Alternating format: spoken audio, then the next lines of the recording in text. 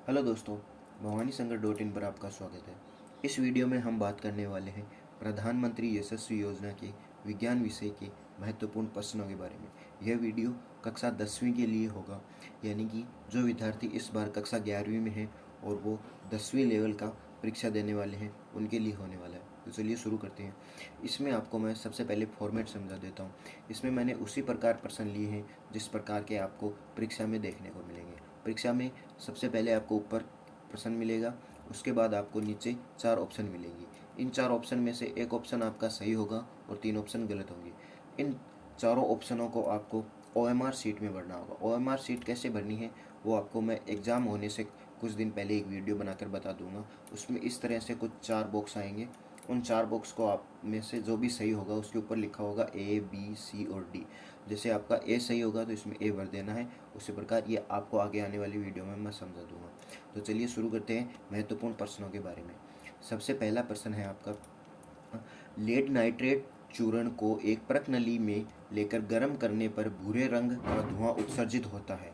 यह धुआं है O2 गैस का, NO2 गैस का, N2 गैस का, PBO गैस का। तो उत्तर होगा बी, N2O गैस का। अगला प्रश्न है, किस प्रकार की अभिक्रिया है? यह अभिक्रिया एक अपघटन अभिक्रिया है।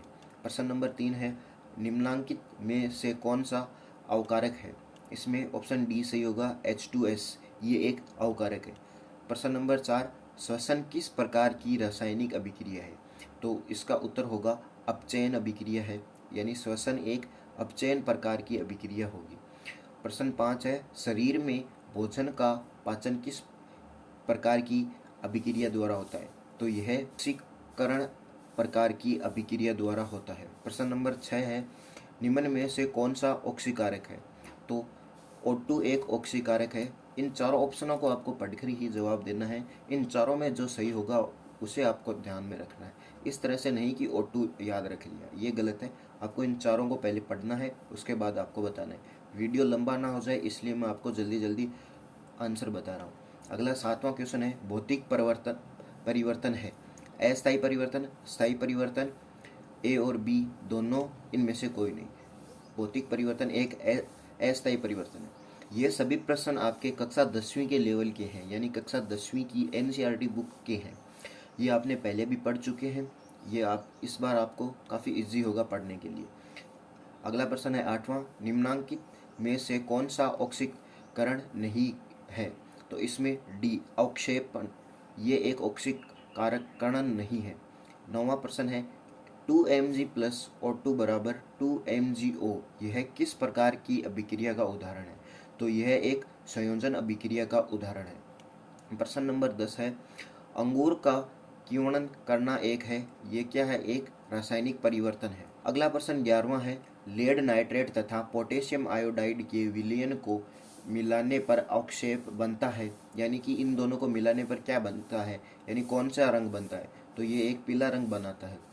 प्रश्न नंबर 12 है, निम्न में से कौन सी रेडॉक्स अभिक्रिया है?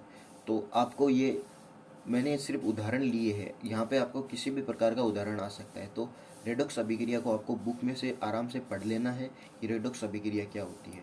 यहाँ समझाने का मतलब ये है कि रेडॉक्स अभिक्रिया महत्वपूर्ण है, आपको रेडॉक्स अभिक्रिया पूछी जा सकती है। तो इसका आंसर होगा H2O प्लस Cl2 बराबर 2HCl। अगला प्रश्न 13वां है, कॉपर चूर्ण को वायु में गर्म करने पर उसकी सतह पर कॉपर आयोडाइड की एक परत जम जाती है। इस परत का रंग कैसा होता है? तो इस परत का रंग काला होता है। अगला प्रश्न 14वां है, मैग्नीशियम के रेबिन को रेगमाल क्या होता है? रेगमाल आपने देखा है, किसी लोहे की चीज़ को रगड़ते हैं, ब्लैक कलर का आता है, भूरा भूरा रंग का, रगड़ने के काम में आता है। तो वह दहन प्रक्रिया की जाती है, क्यों?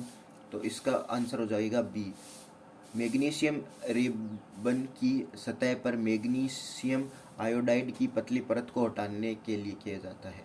अगला प्रश्न है, नमक के घोल में सिल्वर नाइट्रेट का घोल डालने पर दही जैसा अवक्षेप उत्पन्न होता है, यह कौन सी अभिक्रिया है? तो यह अवक्षेपण अभिक्रिया है। अगला प्रश्न है, मैग्नीशियम के दहन के फलस्वरूप मैग्नीशियम ऑक्साइड प्राप्त किए जाते हैं, तो यह किस रंग का होता है? तो यह उज्ज्वल रंग का होता है।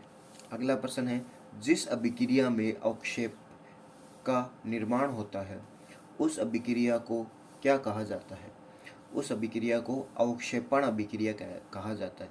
ये सभी प्रश्न आपकी बुक से ही उठाए गए हैं, इसीलिए आपको ऐसा लग रहा होगा कि आपने पहले पढ़े हुए। अगर आप दोबारा से जाके अपने पहले चैप्टर को पढ़ेंगे तो आपको ये आसानी से समझ में आ जाएगा। अगला प्रश्न है 18वां, निम्न में से कौन सा ऑक्सीकारक नहीं हो सकता? H2, O2, SO2 और Cl। तो इसमें A सही हो जाएगा, H2। अगला है, रासायनिक समीकरण अभिक्रिया का संक्षिप्त रूप है, सांकेतिक रूप है, पूर्ण रूप है, इनमें से कोई नहीं। तो आंसर हो जाएगा A, संक्षिप्त रूप है। अगला है, संगमरमर का रासायनिक सूत्र। आपके किताब में जो भी रासायनिक सूत्र आया है उसे आप रट के जाइए, सबसे महत्वपूर्ण है ये। तो इसका हो जाएगा CaCO3। इस वीडियो में मैंने आपको 20 प्रश्न बताए हैं। इस PDF में कुल 103 प्रश्न हैं। सभी प्रश्नों को बताना संभव नहीं है, इसलिए आप इसकी PDF डाउनलोड कर सकते हैं। PDF को डाउनलोड करने के लिए आप हमारे टेलीग्राम ग्रुप को ज्वाइन कर लीजिए, उस पर मैं आपको ये PDF प्रोवाइड करा दूँगा। इस अगले वीडियो में हम चैप्टर 2 की बात करेंगे, उसके सभी महत्वपूर्ण प्रश्नों की और साथ ही में उसकी PDF की। अगर आपको ये वीडियो पसंद आया है और आप आखिरी तक बने हुए हैं और आप यशस्वी योजना की तैयारी कर रहे हैं तो ये YouTube चैनल आपके लिए काफ़ी महत्वपूर्ण है, आप इसे सब्सक्राइब कर सकते हैं